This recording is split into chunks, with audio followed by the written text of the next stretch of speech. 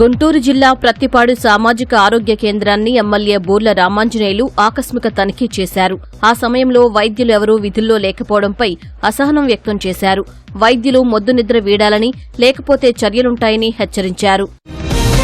స్వాతంత్ర్య సమరయోధుడు ఉయ్యాలవాడ నరసింహారెడ్డి వర్ధంతి కార్యక్రమాన్ని కర్నూలులో ఘనంగా నిర్వహించారు. నరసింహారెడ్డి వర్ధంతిని అధికారికంగా నిర్వహించినందుకు ప్రభుత్వానికి నేతలు ధన్యవాదాలు తెలిపారు. కర్నూలు ఎయిర్పోర్టుకు నరసింహారెడ్డి పేరు పెట్టేందుకు కృషి చేస్తామన్నారు. శ్రీ సత్యసాయి జిల్లా బుక్కపట్నం చెరువులోకి 1,63,000 చేప పిల్లలను పుట్టపర్తి ఎమ్మెల్యే పల్లె సింధూరారెడ్డి వదిలారు. మత్స్యకారులకు ఉపాధి అవకాశాలు కల్పించే ఉద్దేశంతో ప్రభుత్వం చేప పిల్లలను వదులుతోందని చెప్పారు.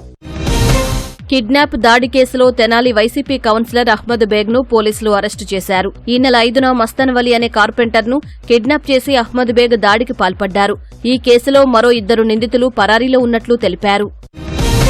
కోనసీమ జిల్లా రామచంద్రపురం మండలం వేగాయమ్మపేట గ్రామంలో టాటా ఏస్ అశోక్ లైలాండ్ వాహనం యాక్సిల్ విరిగిపోవడంతో 20 మంది గాయాల పాలయ్యారు. వీరిలో 2 పరిస్థితి విషమంగా ఉంది.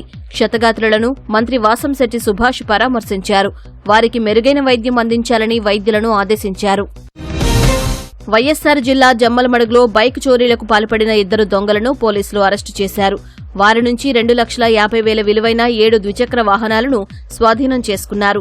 నిందితులు జలసాలకు అలవాటై దొంగతనాలకు పాల్పడుతున్నట్లు డీఎస్పీ వెల్లడించారు.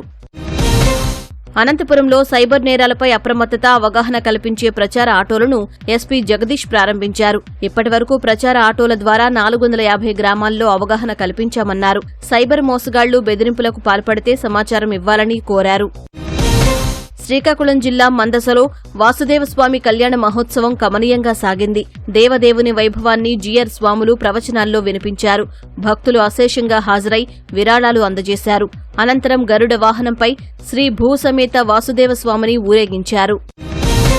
శ్రీకాకుళం జిల్లా శ్రీముఖలింగంలో మహాశివరాత్రి సందర్భంగా ఈ నెల 26 నుంచి 3 రోజుల పాటు జరిగే చక్రతీర్థ స్నానాల ఉత్సవాల ఏర్పాట్లపై కలెక్టర్ స్వప్నిల్ దినకర్ సమీక్షించారు. తెలుగు రాష్ట్రాలతో పాటు ఒడిశా నుంచి లక్షల్లో భక్తులు రానున్న నేపథ్యంలో భద్రతా చర్యలు పటిష్టంగా ఉండాలని ఆదేశించారు. రిలయన్స్ ఇండస్ట్రీస్ అనుబంధ సంస్థ రిలయన్స్ ఫౌండేషన్ చేస్తున్న సామాజిక సేవలు అభినందనీయమని విశ్వ హిందూ పరిషత్ సభ్యులు అన్నారు. కర్నూలులోని విజ్ఞానపీఠం అనాథ పిల్లల శిశు మందిరంలోని చిన్నారులకు మేధోశక్తిని పెంపొందించే పలు రకాల కిట్లను, స్ఫూర్తి కలిగించే పుస్తకాలను అందజేశారు. తిరుపతి ఐఐటీలో తిరుత్సవ 2025 సాంకేతిక, సాంస్కృతిక కార్యక్రమం ఘనంగా జరిగింది. విద్యార్థుల ఆధ్వర్యంలో వివిధ రకాల సాంకేతిక క్రీడా పోటీలు నిర్వహించడంతో పాటు డీజే, ఫ్యాషన్ షో, డాన్స్ ప్రదర్శనలతో యువత ఉర్రూతలూగించారు.